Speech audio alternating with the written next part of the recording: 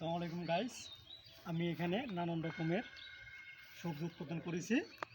দেখেন এখানে পটল গাছ, আরেক সাইডে আছে উস্তে গাছ, এখন আরেক জায়গায় বটবটি গাছ আছে। এখন আমি আমার এই পটল গাছের জিনিসগুলো দেখাবো, আপনারা দেখবেন।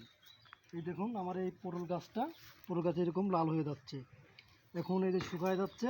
আমি এজন্য আমার এই পটল গাছে ওষুধ দেব, যাতে আমার এই গাছগুলো ভালো থাকে, যাতে নষ্ট না হয়, আমি যাতে বেশি করে বাজারে উৎপাদন করতে পারি, সবাই যেন আমার কাছে সবজি খাইতে পারে। এখন আমি আমার ক্ষেত্রে ওষুধ দেওয়া শুরু করব।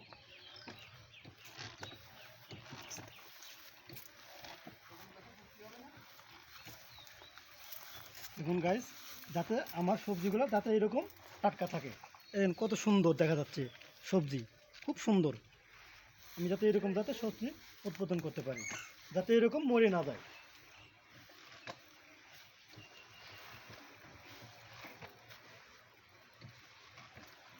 এখন আপনারা যদি আমার পরের ভিডিও দেখতে চান, লাইক কমেন্ট করে জানাইবেন। Good bye.